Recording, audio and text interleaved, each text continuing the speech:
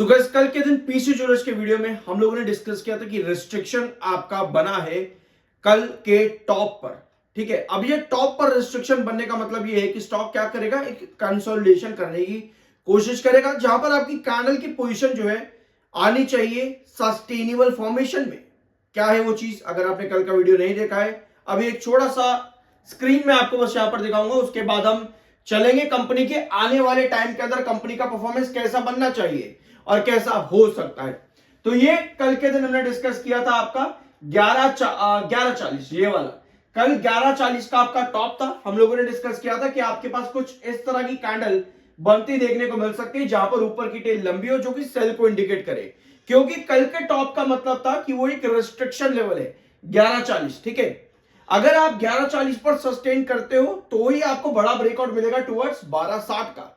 ये सारी पोजीशन कल के दिन हम लोगों ने डिस्कस करी थी, और आज के सेशन में आपको 11:40 तो देखने को नहीं मिला है ऑल्दो, लेकिन कहीं ना कहीं आज स्टॉक क्या कर रहा है, रेस्ट्रिक्ट हो रहा है फर्दर तेजी के लिए। अब ऐसा क्यों है, अब आते हैं हम कंपनी की पोजीशन पर।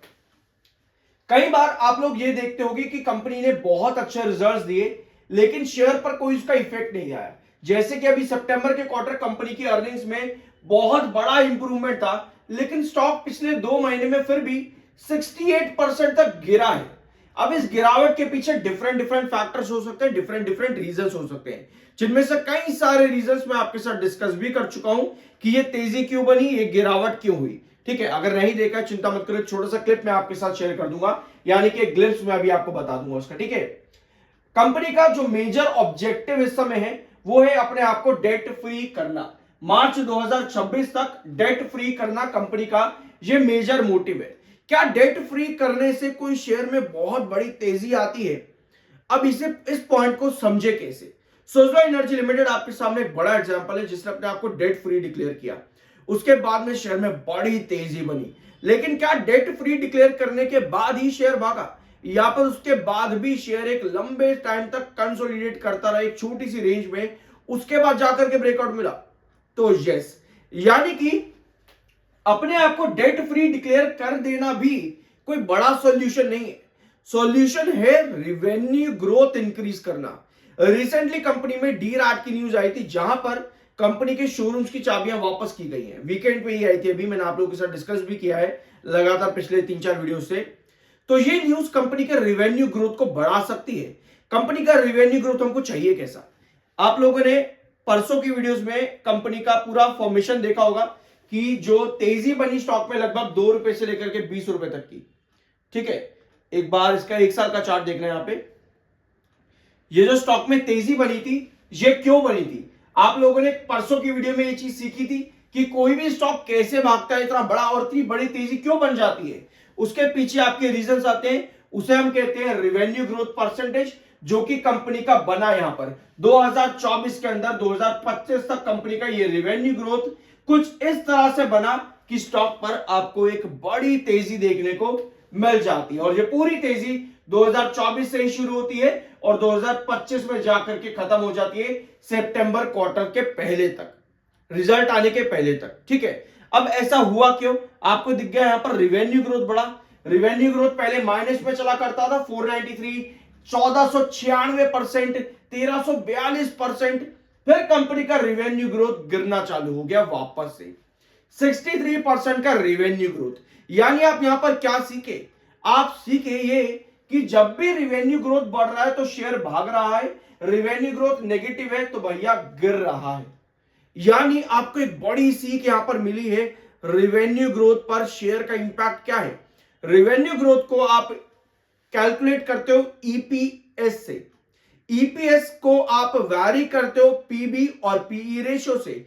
ये 4 पॉइंट मैंने आपके साथ कल के वीडियो में डिस्कस करे हैं, जरूर देख लेना। ठीक है, अब कंपनी की ग्रोथ सितंबर क्वार्टर में गिरी है, क्योंकि भैया पिछले साल ही तो कंपनी का ग्रोथ बढ़ा था, तो ये रिवेन्यू ग्रोथ कंपनी का डिप आ गया यहां पर क्वार्टर ऑन क्वार्टर बेसिस पर अगर हम कंपेयर करें तो। Although year on year basis पर ये सेल 63% का ग्रोथ है, यानी रिवेन्यू अच्छा है, बट भैया हमको तेजी नहीं मिली। तो ऐसी कंडीशन पर हमें अब देखना दिसंबर क्वार्टर कंपनी का कैसा आता है।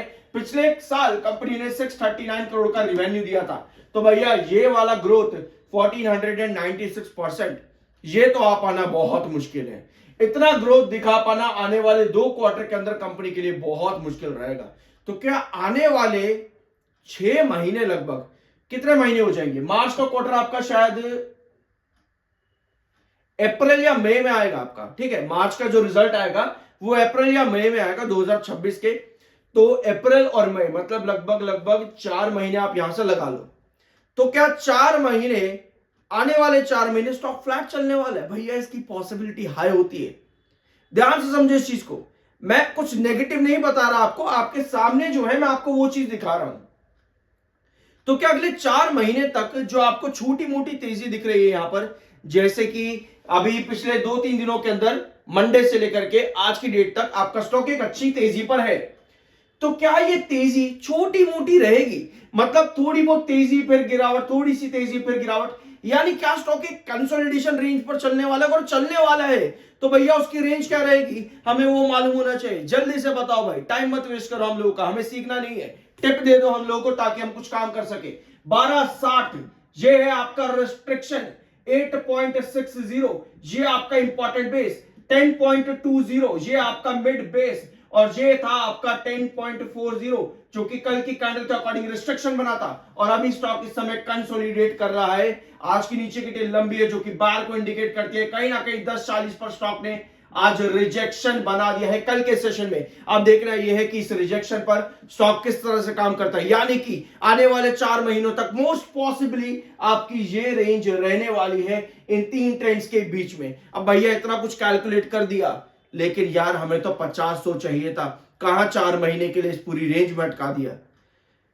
Growth percentage, EPS, PE, PB, ये 4 चीजें इवैल्यूएट करना टाइम टू टाइम बहुत जरूरी रहता है।